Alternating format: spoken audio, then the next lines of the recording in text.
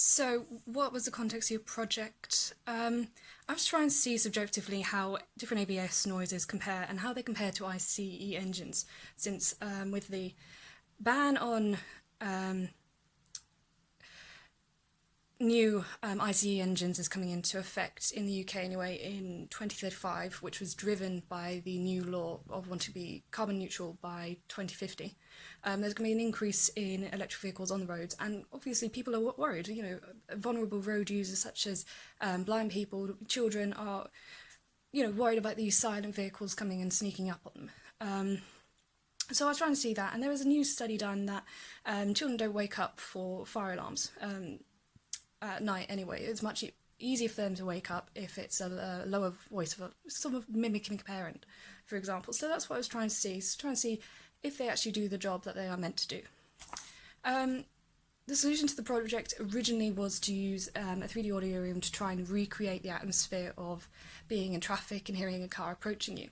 But because of the pandemic, social distancing and the closure of the university eventually, a alternative method had to be used, and this was to make audio clips and have people listen to it through headphones, which was a grand idea, except it made it very difficult to hear vehicles approaching from in front and behind. It made subjectively answering how fast and how far away they are very difficult for the listener, and because there isn't sort of anyone there to sort of double check they're doing it correctly, there was a lot of I don't know answers.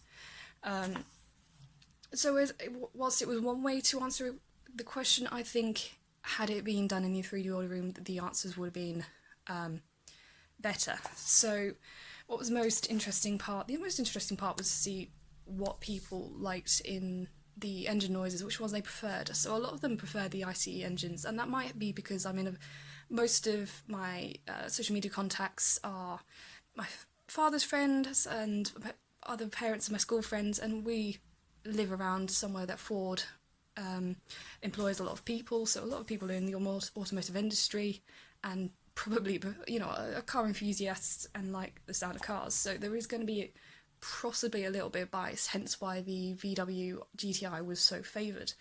It was interesting to see the comparison with which ones they actually got the most correct answers for, because only about half the people, which means it's random, actually picked the vehicle that they answered the most correct questions on. I just found that a bit interesting. What I found most difficult was getting responses, because I've not got a lot of friends on social media. I don't have a lot of social media stuff, so it was really slow at the beginning, but finding out about Reddit and about the R sample page there for surveys for students to put up really helped. It got it going a lot quicker. If I'd learnt about that, I learnt about it too late in the day, but if I learnt about that earlier, then the results would have been from larger sample size, more varied. So that's what I found most difficult.